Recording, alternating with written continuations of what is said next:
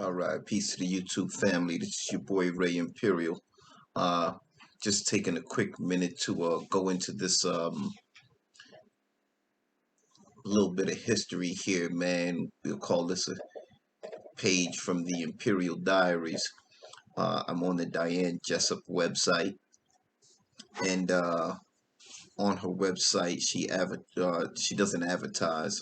She displays or exhibits this old Bloodlines Dog and Pet Stock Journal, right, from August of 1946, right? So some quick math tells me that this document is about 75 years old, right?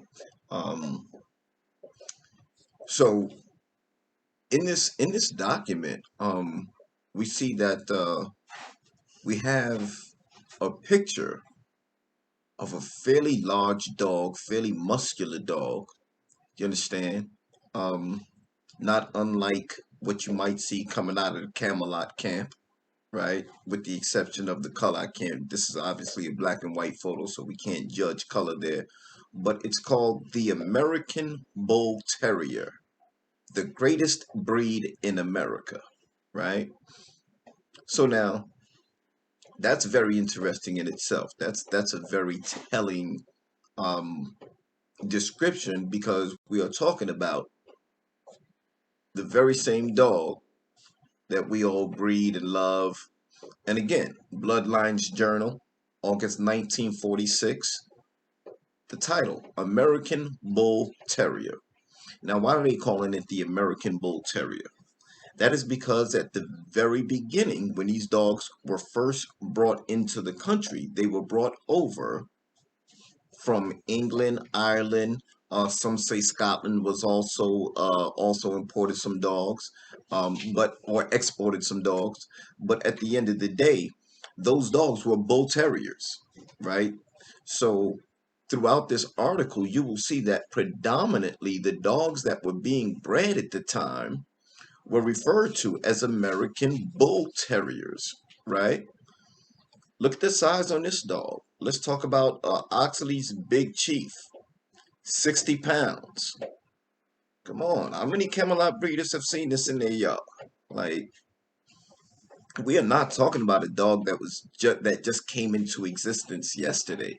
You know, the Camelot, this working pit bull dog, was originally referred to as the American Bull Terrier. You see here, you have the American Pit Bull Terrier, the famous John P. Colby strain, right, since 1889. Look at the similarities between these two dogs. In this ad, we have this dog called the American Bull Terrier with pit in parentheses, right? So this is to say that at the time, these animals were more so known as American Bull Terriers than American Pit Bull Terriers. The pit wasn't really a fixed part of the name at the time, right? But it was acknowledged that these dogs worked the pit. So that very same ad, right? We see the big, blocky, bullish type dog, right? I have my red Jack dog at stud. His registered number is blank. Jack is a pit winner. Game as they come. My dogs are showing in the pit for themselves. Write your wants. I have grown stock and pups for sale. My females are game as they come. Jim Williams, Mountain View, Oklahoma. Very interesting, right? This dog was UKC registered. Keep in mind, this is 75 years ago. We're not talking about anything brand new when we talk about the working pit bull dog, right? Now, that's not to say that all the dogs were 70-pound dogs or 69-pound dogs. Let me see here. You had plenty of dogs that were smaller than that.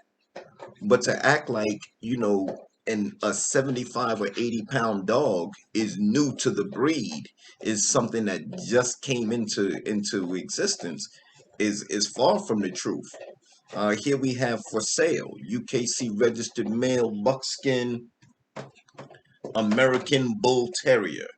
year old, between 50 and 60 pounds. Sire is half brother to Tudor's Black Demon, right? The dam is True's Lena. This dog is being offered for sale because I have no place to keep him. Otherwise, I would keep him. That was out of MF Rickard in North Dakota. Price $50. Now, that's very interesting. He says the sire to this dog is a brother to Tudor's Black Demon. Tudor's Black Demon was 75 pounds on the chain, right? And we may actually, while going through this article, get a chance to see some of that.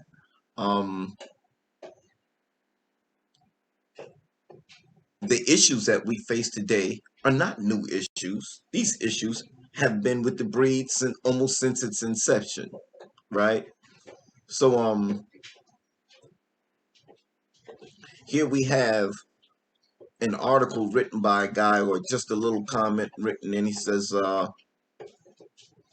where is that? Okay. We know that a change is coming about in the American Bull Terrier world. Just how far it will go, no one knows. But it is starting, and we are going to have, stay with me here, y'all, to make up our minds to go along with it and push a little too. As history is being written and never stands still, so must we too go on and on. This was about getting the breed officially recognized, right? What else do we have up here?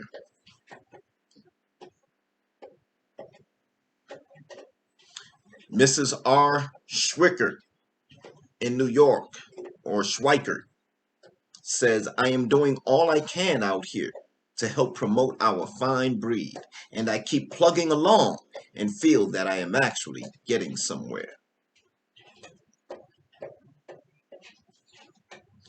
I would like to see dog shows for the American Bull Terrier, and I am ready and willing to do my part. Right? So this is before it really gets serious, to the point where they're called American Staffordshire Terriers, and they're being shown exclusively as opposed to in the pit. Be sure to write to Editor Gould and let him know what you want and all about it. Okay, here's your man, has a lot on the go all the time. Bert Klaus of Missouri is very busy, right? He writes into this magazine every now and then.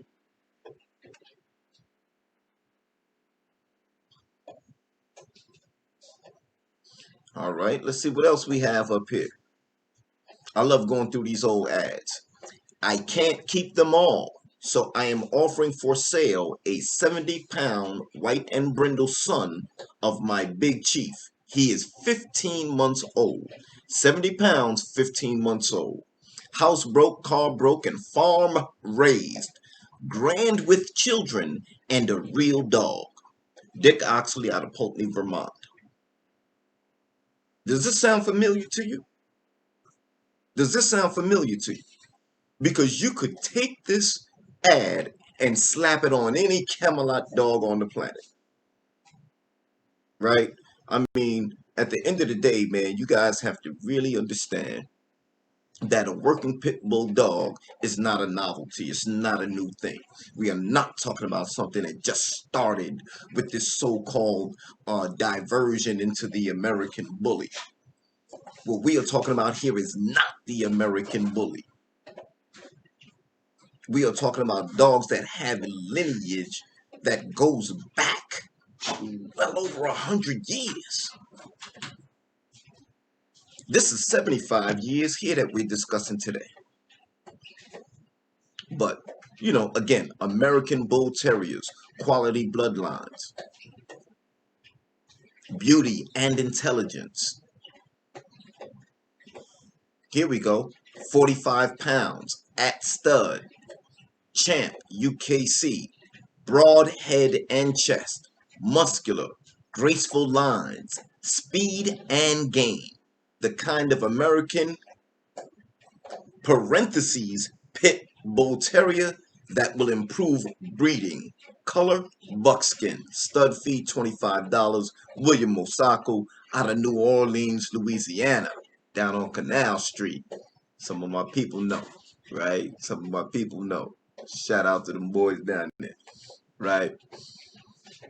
Okay, here we have an ad by Mr. Armitage. 30 years with fighting dogs. I've just received 230 copies of this book from the publisher. Okay, so this is an ad to sell the book by George C. Armitage 75 years ago.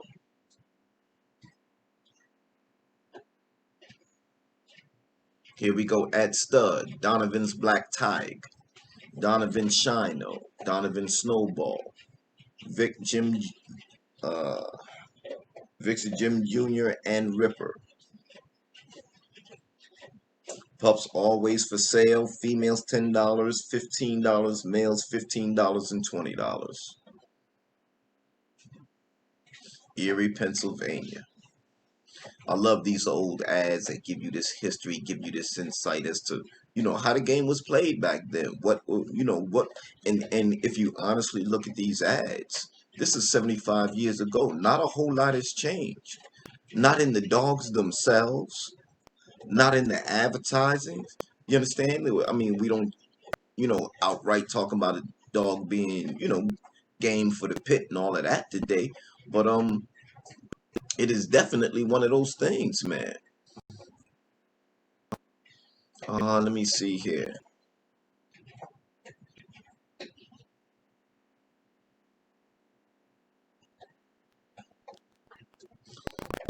M. Rickett of North Dakota writes, J.M. Trice has some real dogs, and that one I have is improving all the time. Shows that he's already taking any dog up that comes out after him. This pup is getting ahead on him like a half bushel, and I have run him as high as 12 miles in a day behind my old car. Best wishes to Bloodlines and all the fanciers.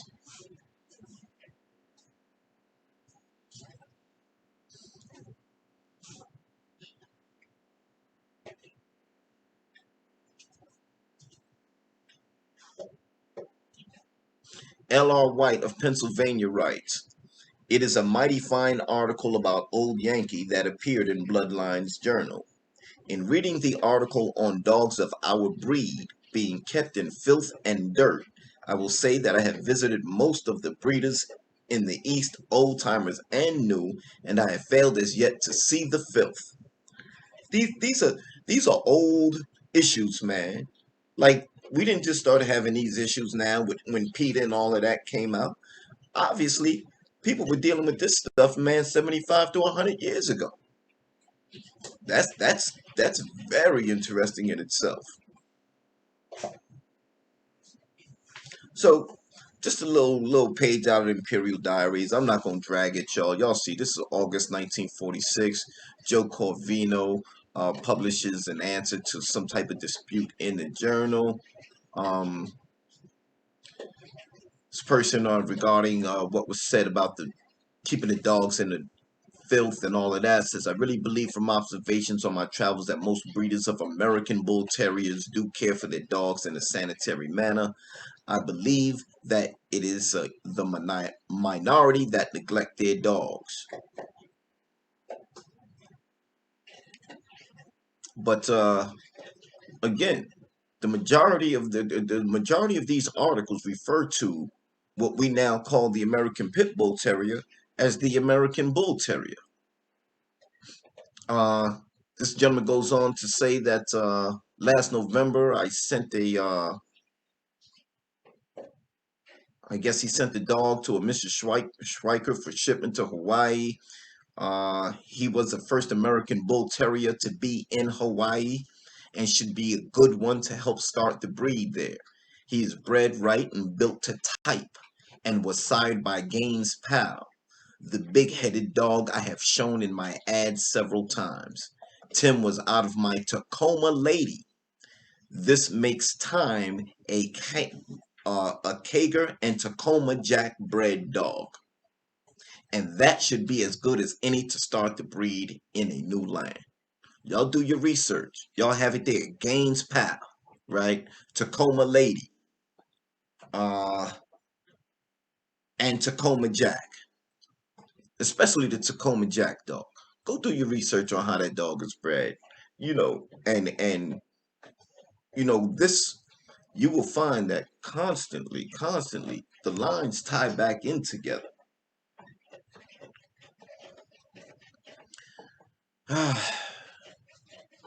Okay, here's an interesting article. Remember, fanciers, that somewhere, somehow, the clamps are being applied to the game. So go easy. It's become necessary to promote our breed along different lines. I know that some of you will not like this and will say that bloodlines is getting soft. Well, it might seem that way, but times are changing, and we are preaching the gospel to you and hope the majority of you will see the light and know that no one can help it. I'm going to end this right there, y'all. I'm not going to even go no further. That's just a little page out of history, and this is kind of what I do here at Imperial Flame. I'm a keeper of the flame. I'm a passer of the torch. I go back into history. I go back to what the original breeders did, what they were talking about, and what they were trying to accomplish. And I don't see that my aims and objectives with my dogs are any different. And I think the Camelot brand or the Camelot strain of pit bull terrier is the working pit bull dog is the most excellent example of that. And that's what we're going to continue to breed. We're going to continue to cross back, um, because all of the lines, so far as I'm concerned, if the dogs are good in that line, then I can work with that dog. I can work with that line. And with that said, this is your boy, the Flame Keeper. I'm out of here. And y'all remember, keep the heat.